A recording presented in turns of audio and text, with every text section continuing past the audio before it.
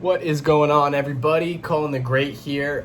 Today we're going to be doing something a little bit different. I'm going to be talking about kind of the top 5 things that you want to do as an artist just starting out. You know, in today's age, everybody wants to be a rapper, everybody wants to be a musician, and technology makes it very easy for you to do that at home. So what's going to differentiate yourself from the guy sitting next to you? You know what I mean? I manage artists, I book shows, I promote shows. I've gotten my artists in Gold Rush. I've gotten them opening up for Blueface, Juicy J, Young Simmie, WIFISFUNERAL, RiFF RaFF, whole bunch of other people. So I kind of know how the business works a little bit and what you got to do in order to get yourself to that point where your music is going to start speaking for you. Step number 1 really is just figure out who you want to be as a musician. Understand what your niche is, where your target market is, who listens to your music. That's really important when you're making your music, because you got to understand if you're making sad music or if you're making turn up music, if you're making straight music with lyricism, music with bars, or if you're just a hook god. Whatever it may be, you got to understand what you are and own it. Don't ever let that be something that kind of holds you back, or don't let that be something that you solidify yourself in. You want to be able to be constantly changing. Once you figure out who you are and you're making music for your fans, for your crowd, for your target market, run with it. Don't stop. Always be who you are. Don't try to be something you're not. And you'll find that you're going to have more success. You're going to write better music. It's going to sound more appealing to those people. Today's age of music, everybody knows we don't buy music on iTunes anymore. It's all streaming. It's all, anybody can listen to your music. So what's going to make them stop and listen to your music is if they relate to you, if they understand what you're going through, if you've done a great job getting the music marketed towards them. Which kind of leads us to step number 2 is don't stay stagnant. And when I say that, I mean always be changing. Never be stuck in your ways and say, no, this is my style. This is how I do things. Well, every day's a new day. The industry is constantly changing, and the most perfect example is look at recently. Streaming wasn't a thing until about 2014 when Spotify launched in the United States. It completely changed the way the music industry ran its business. One positive note on that is it completely got rid of piracy. There is no more people pirating music. In Sweden, before Spotify launched, the population under 30, about 90% of them were pirating music. Once Spotify launched, only 4% of the 30 and under population still illegally download music. And the industry, when this first happened, looked at it and said, this is going to completely destroy how we do things. This is going to make us broke. We're going to go bankrupt. You know, they said the exact same thing about cassette players, the exact same thing about CDs. It's just going to kill the industry, right? When you were able to only buy a single instead of buying the entire album, they said, this is going to bankrupt us. Well, here we are. And the music industry is doing better than it ever has before. So you want to make sure you're always changing with the times. Don't dig your heels in like the music industries did or like the record labels did and say, I don't want to do this because this isn't how it's been done. Well, shit changes. You get used to it. Step number 3, know your brand. Kind of goes hand in hand with step number 1 and just understanding your niche, where you're at in the music industry. But knowing your brand, once you get to that level where you have people listening to your music, you're performing live, you have a little bit of a say in your local scene, then you're going to want to understand what you're representing. You're going to want to understand your brand. You know, your merch that you wear, the songs that you sing, the people that you associate yourself with. If you're lucky enough to get sponsorships, what are you going to sponsor? What are you going to get sponsored by?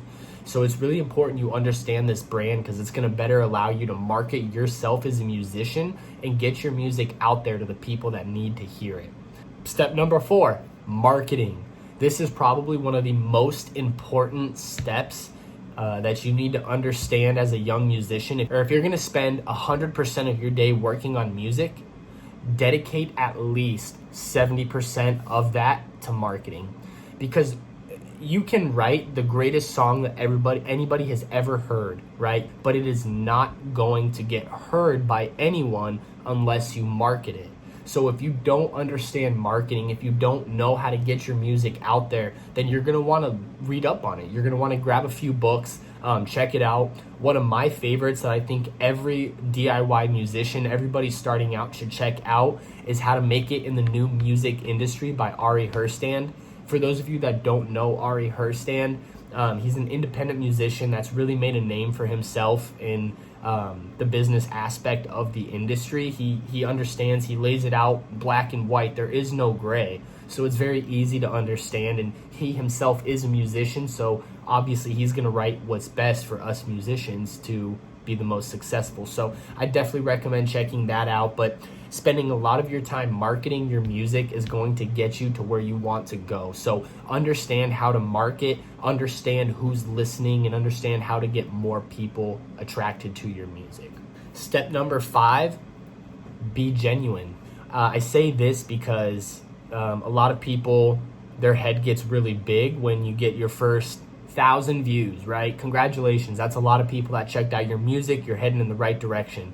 However, you have not made it. You are not selling out arenas. You are not going on world tours. You do not have platinum plaques hanging on your wall. So why are you going to treat your fans that way? Why are you going to treat your friends, your family that same way? You want to stay genuine with those people. You want to understand that you are where you're at because of them. They want to see you succeed. So don't push them out. Don't tell them that it's not because of you. I'm here because of me. Don't get cocky. You know, everybody's got to start somewhere. All your favorite musicians all started in the same place. You know, they're just some random person with a dream, and at the end of the day, they're still that person doing the same thing that you and I are doing every day. The only difference is they understand their music.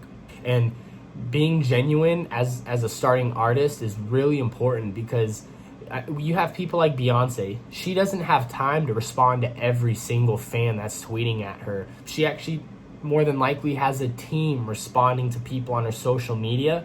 She probably barely goes on Twitter, Instagram. She's so busy doing what she needs to do to be a musician that she can't focus on that. However, when you're starting out, you have plenty of time to respond to these people complimenting your music, giving you feedback, but you want to make sure you're responding to all of your fans. When you're an independent musician, you do have time to respond to people, and if you get a new fan that's complimenting your music, offering you feedback, and you just blatantly ignore them, that's gonna leave a bad taste in their mouth. Some people that only have a couple thousand followers on Twitter, your notifications aren't blowing up to the point where you can't respond to every single person. So if you're not responding to people, if you're not putting in the time to appreciate your fans for getting you to where you're at, then you need to reevaluate your beginning steps in becoming a musician. And you want to collaborate with people. You want to let them know that you appreciate them reaching out to you. And collaboration is another huge thing. I know I reached my 5 steps, so I just want to add a little bit at the end here and just say collaboration is huge. Work with the local artists in your community. And I'm not just talking about other musicians in your genre. I'm talking about musicians in other genres. Get somebody to sing a hook for you. Get an EDM artist to throw a sick bass line in your instrumental. You know what I mean? Find one of those local painters that is just killing it in the scene and get them to make a dope ass cover art for you.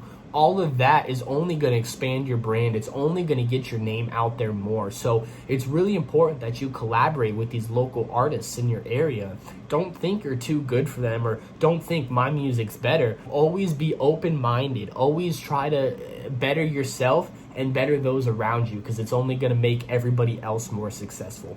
That kind of does it for my first little tips and tricks session here. Hope it provided some sort of insight to you starting musicians out there. Like I said, I'm not blowing up in the scene, but I do have enough knowledge to know what's right, what's wrong, and what direction you need to head in. So thank you guys for checking it out. If you have any tips, comments, concerns, go ahead, leave them down in the comments. I appreciate you watching. If you could click that subscribe button, I would really appreciate it. Check you guys later. Peace.